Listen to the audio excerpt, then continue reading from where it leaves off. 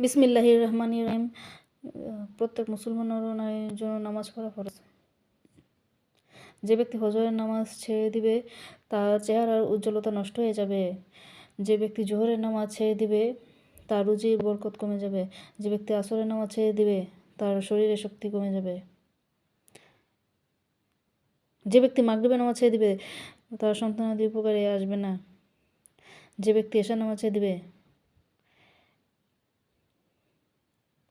তার নির্ধার পরিতৃপ্তি নষ্ট হয়ে যাবে। নামাজ বেহেশতের চাবি।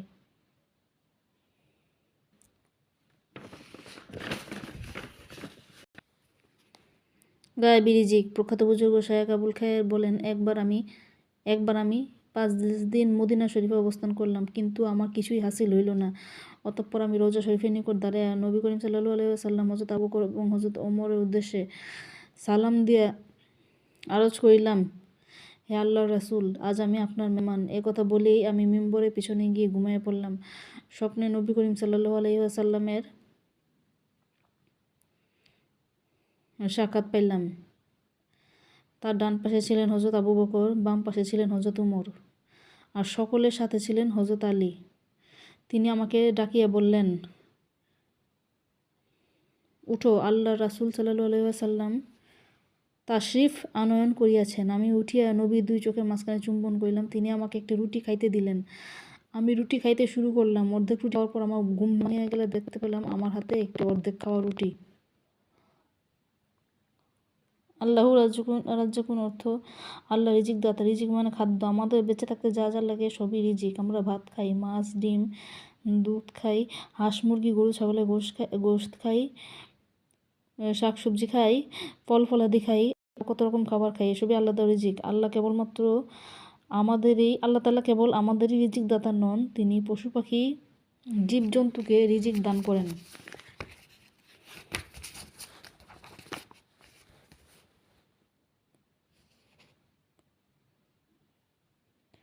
গরু ছাগল ঘাস পাতা খায়, পাখি পোকামাকড় খায়। পাখিরা সকালবেলা খালি পেটে বাসা থেকে বের হয়ে যায়, সন্ধ্যাবেলা ভরা পেটে বাসায় ফিরে আসে। এদের রিজিক কে দেন? এদেরও রিজিক দেন আল্লাহ।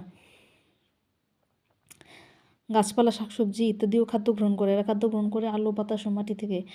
আলো বাতাস মাটি আল্লাহর দান। আল্লাহর দেওয়া রিজিক খেয়ে সবাই বাঁচে। আল্লাহু রাজ্জাক। আল্লাহর এক নাম রাজ্জাক। রাজ্জাক অর্থ রিজিক দাতা। আল্লাহ সকল সৃষ্টির রিজিক দাতা। একদা এক মহিলা হযরত সাইদের নিকট কিছু মধু চাইলে তিনি ওই মহিলাকে 1 মশক মধু দিয়ে দিলেন।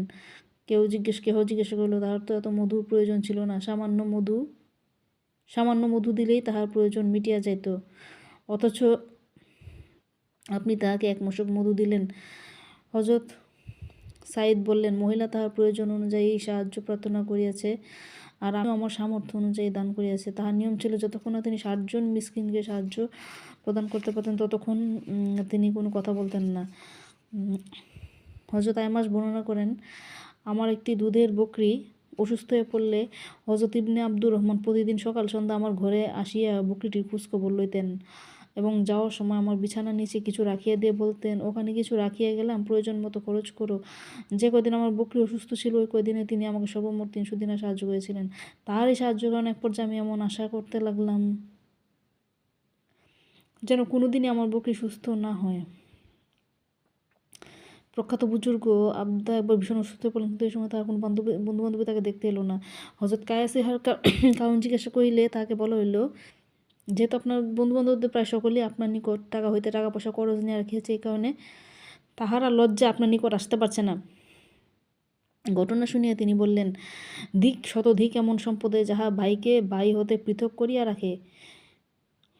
অতঃপর তিনি এক ঘোষকের সাহায্যে এলান করিয়া দিলেন যে যাহাদের করজ আছে তার কাছে তাহা আজ হইতে তাহা মাফ করিয়া দেওয়া হলো। এই ঘোষণার পর সায়েদের গৃহে এত প্রচুর লোক সমাগম হইল যে প্রচণ্ড ভিড়ের কারণে তাহাদের ঘরে সিঁড়ি ভাঙিয়া পড়ল। বড় দাতা কে?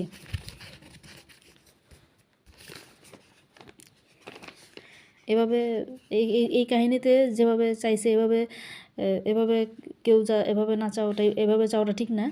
আচ্ছা, এই কাহিনী নিয়ে বলতেছি না, কিন্তু শোনার পর কেউ এরকম না করার, এরকম কেউ করো না।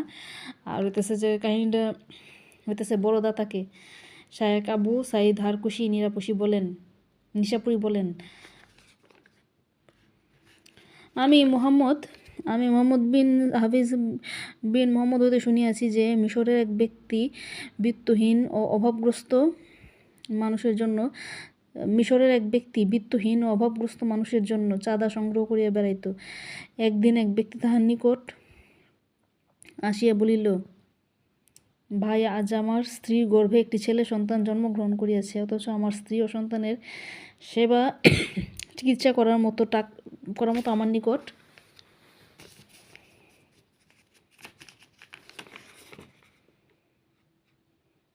কোনো টাকা পয়সা নাই। এই কঠিন সময়ে আমি তোমার সাহায্য কামনা করতেছি।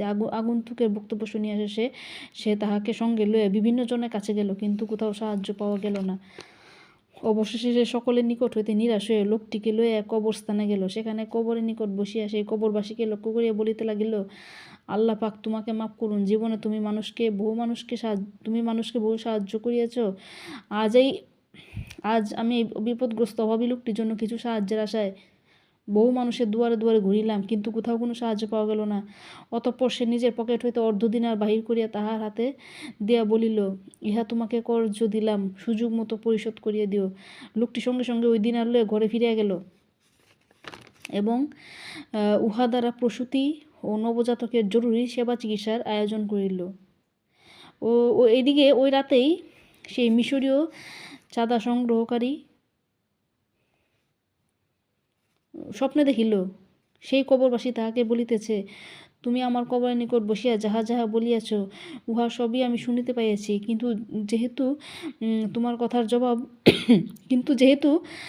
কথার জবাব দেবার অনুমতি ছিল না, সেই কারণেই আমি তোমার কোনো কথার জবাব দেই নাই।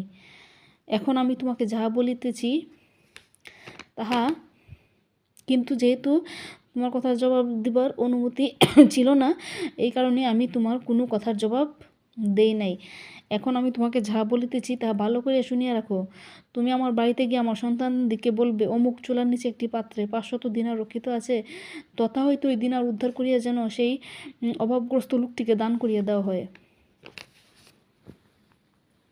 সকালবেলা ঘুম হইতে জাগ্রত হওয়ার পর সে ওই কবরবাসীর বাড়িতে গিয়া তাহার সন্তানদের নিকট স্বপ্নের বিবরণ শুনাইল। সঙ্গে সঙ্গে তারা ওই চুলা খনন করিয়া উহার নিচ হইতে সেই দিনারের পাত্র উদ্ধার করিয়া তাহার হস্তগত করিলে সে বলিল, আসলে সম্পদের মালিক তো তোমরা। নিছক আমার স্বপ্নের উপর ভরসা করিয়া কি আমার তুলিয়া দিবে? তারা বলল, এই মালের প্রকৃত মালিক যিনি ছিলেন, তিনি তো মৃত্যুর পরও তার সম্পদ দান করিতেছেন, আর আমরা জীবিত থাকি কিভাবে উহা আটকে রাখিব? অতঃপর সে দিনার লইয়া ফিরে আসিল। সে ওই অভাবগ্রস্ত লোকটিকে দান করে দিলে সে দান করিয়া তার নিকট বিস্তারিত ঘটনার বিবরণ দিল। লোকটি ওই 500 দিনার হতে 1 দিনারের অর্ধেক নিজের জন্য রাখল এবং অপর অর্ধ দিনার তার করজ পরিশোধ করিয়া অবশিষ্ট সকল ফকির মিসকিনদের মধ্যে বিলাইয়া দিল। উপরোক্ত ঘটনায় রাবী বলেন, এই ঘটনায় কাকে বড় দাতা বলা হইবে এ বিষয়ে কোনো সিদ্ধান্তে আসিতে পারি নাই।